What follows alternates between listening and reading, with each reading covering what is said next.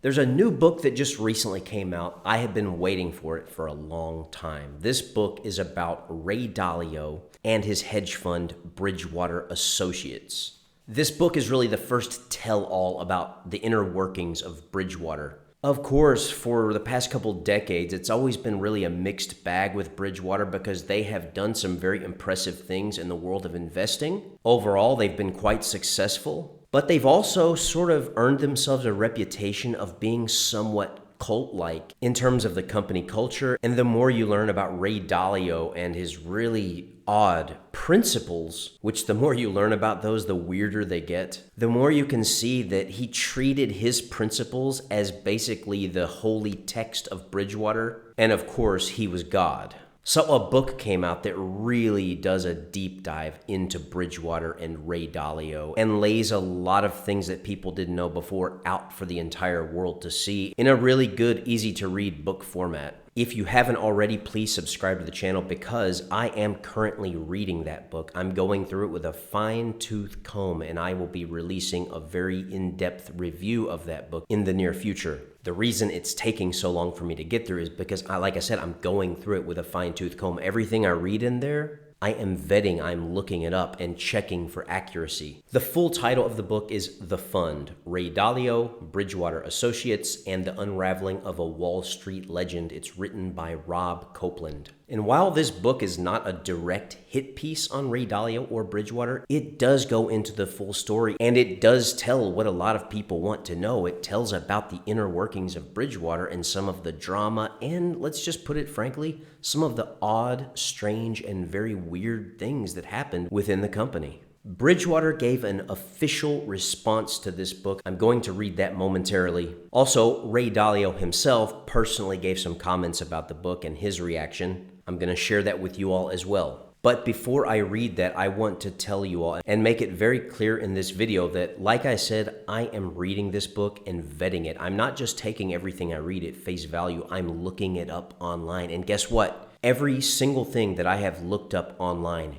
checks out. And not only just from one source. A lot of the things talked about in this book check out from multiple sources. And a lot of the things in this book check out from Ray Dalio's own words coming from his own mouth. There was a lot of pushback from Bridgewater and Ray Dalio about this book. Obviously, they did not want it to be released because it's going to tell things that Ray Dalio does not want the world to know about his company. With everything I have just told you in mind, I want to read you the official response from Bridgewater. I'll put a link to this in the video description below. You can go check it out. It's from Bridgewater.com, their own website. And this letter was published on Bridgewater's website the same day that this book was released, November 7th, 2023. So let's take a look at that letter right here. Today, a book about Ray Dalio and Bridgewater was published. While we don't want to give this book more attention than it deserves, we feel compelled to state unequivocally that the overall narrative in this book is ridiculous and couldn't be any further from the truth.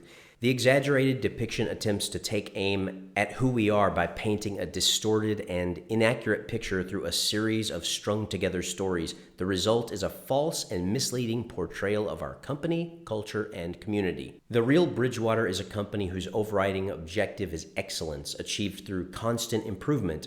Our unique philosophy has guided us since our founding in 1975 and is reflected in our first philosophy statement from 1997. We've always held close to those values, even as we have evolved as a firm. When we completed the transition from Ray to the current leadership team in 2022, we updated our philosophy statement to better reflect our values today.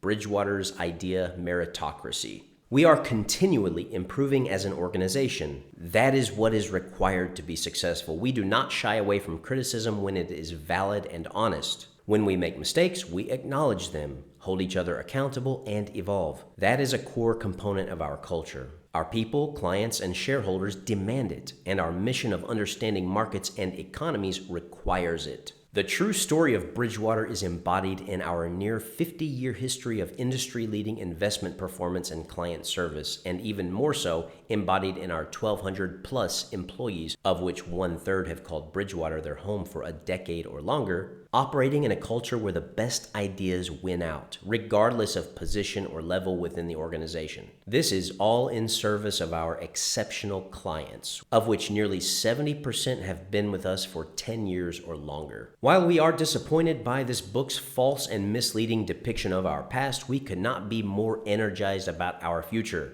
As we envision Bridgewater's next 50 years, we do so building on the legacy and successes of our past as we seek to create something even better than we had before. Bridgewater is now overseen by its operating board of directors and a dynamic and diverse leadership team. We are focused on innovating and delivering for our clients and remain steadfastly committed to our shared values. Okay, that ends the statement from Bridgewater.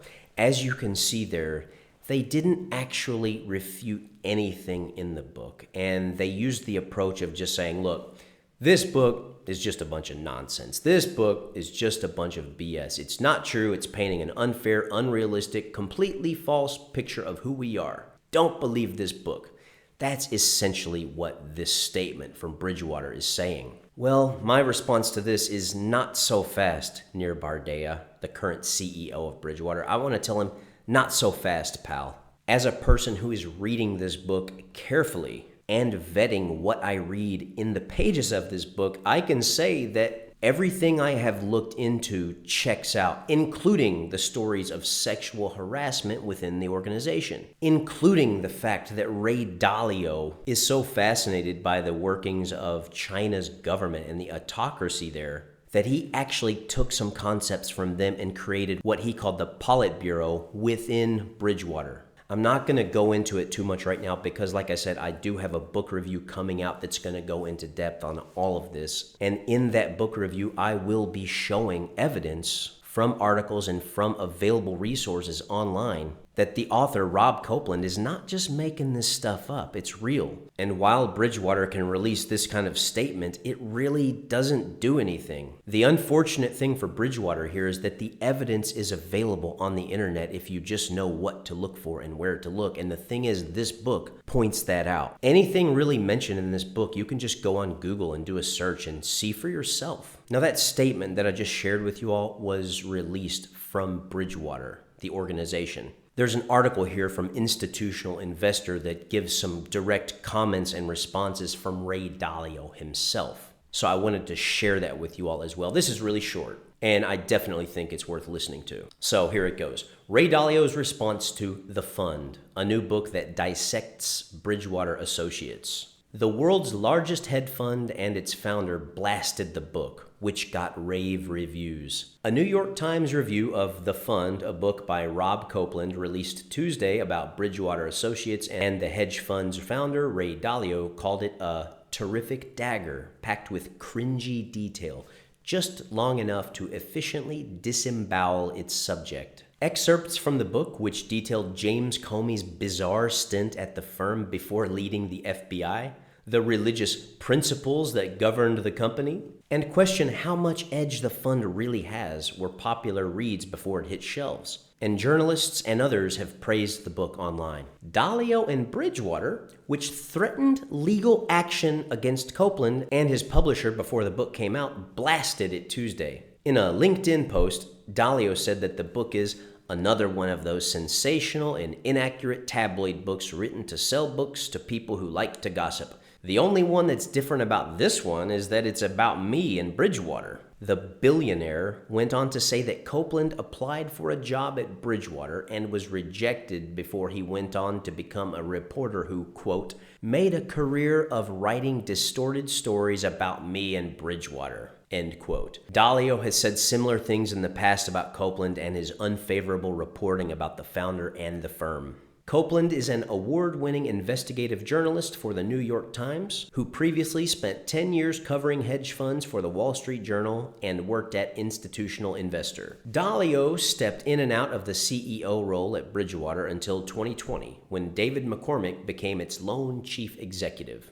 In October last year, Dalio finally gave up his co-CIO role and voting rights as part of a succession plan. Bridgewater said in a statement it was disappointed by the book, which it characterized as misleading. It highlighted that out of more than 1,200 employees, 1/3 have worked there for a decade or longer, and that nearly 70% of clients have almost invested with it for at least that long. Quote, "We feel compelled to state unequivocally that the overall narrative in this book is ridiculous and couldn't be any further from the truth. The exaggerated depiction attempts to take aim at who we are by painting a distorted and inaccurate picture through a series of strung-together stories. The result is a false and misleading portrayal of our company, culture, and community," Bridgewater said. In an email to Bridgewater employees, which the hedge fund also shared online, current CEO Nir Bardea said he was torn about what to say about the book. "I think going point by point on it would be a big distraction and feed more of what the author wants, which is to use our platform and credibility to sell books,"